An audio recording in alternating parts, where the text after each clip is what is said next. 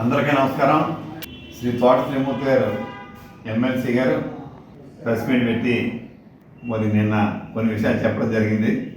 దాన్ని విని ఏ రకంగా మేము అంటే ఇంత పెద్ద అయినా ఇంత ఏదో చంటి పిల్లవాడు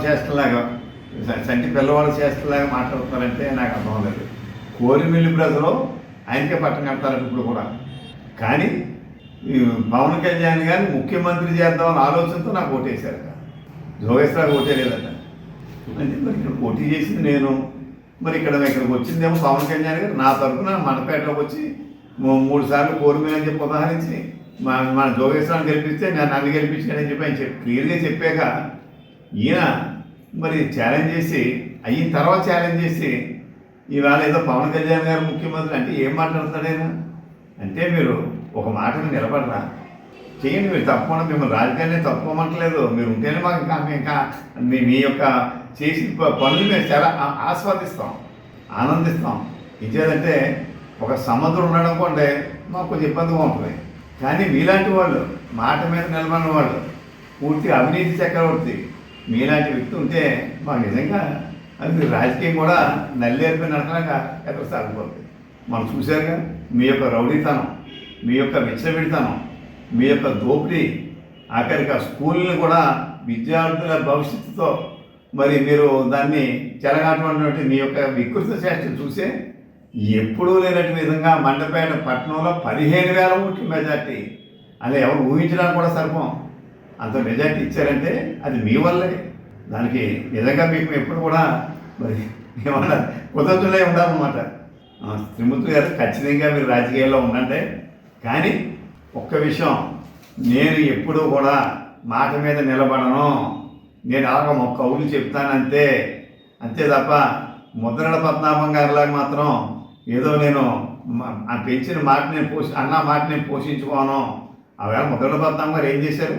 ఆయన పూర్తి నమ్మకం ఉంది జగన్మోహన్ రెడ్డి. తప్పులేదు దీంట్లో, ఎవరి నమ్మకాలు వాళ్ళకు ఉంటాయి. జగన్మోహన్ రెడ్డి గారు మళ్ళా ముఖ్యమంత్రి అవుతారు.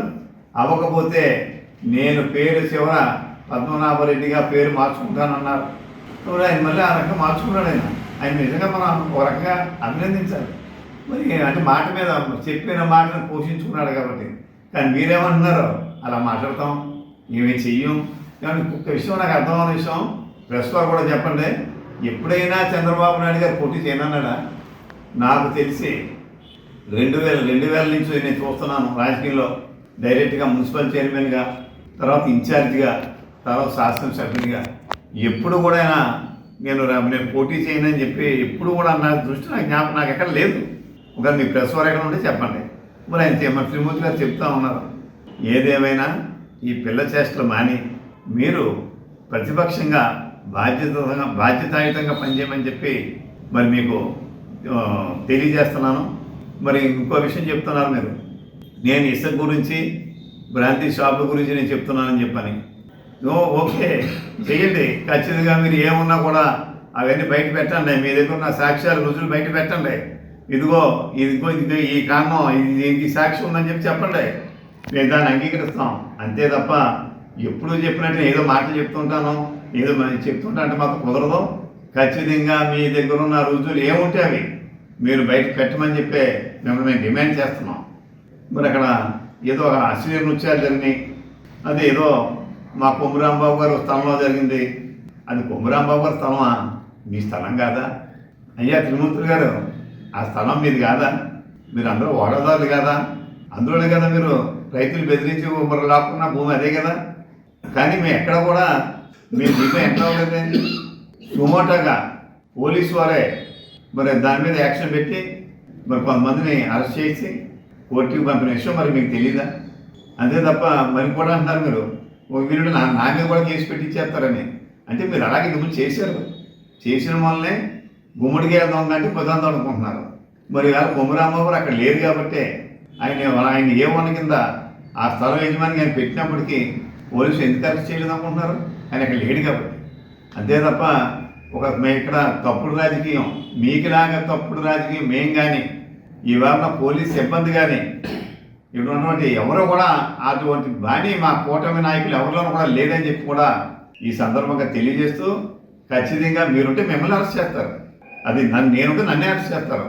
చట్టం తన పని దాన్ని చేసుకుపోతుంది తప్ప ఏదో తెలుగుదేశంలో ఇరికించడం లేదా లాక్కోవడం అది మీ సంస్కృతి. ఆ సంస్కృతి ఇక్కడ ఎక్కడా లేదని చెప్పి తెలియజేస్తూ ఏ ఆరోపణ చేసినా దానికి సాక్ష్యాలు రుజువులతో సహా బయట పెట్టాలని చెప్పి మిమ్మల్ని డిమాండ్ చేస్తూ ఇక్కడి నుంచైనా తప్పుడు రాజకీయాలు చిల్లర రాజకీయాలు మాని హోందాగా ఉండని చెప్పి కూడా మీకు నేను తెలియజేస్తా ఉన్నా. అయ్యా త్రిమూర్తులు గారు, బెల్ట్ షాపులు ఎక్కడున్నా వాటి వివరాలు డిపార్ట్మెంట్కి ఇవ్వండి. ఖచ్చితంగా దాని మీద చర్యలు తీసుకుంటాం. మరి అంతే తప్ప పక్కన పెట్టే ప్రశ్న లేదు. ఏదైనా కూడా చట్ట ప్రకారంగానే అన్ని పనులు జరిపించి తీరుతాం.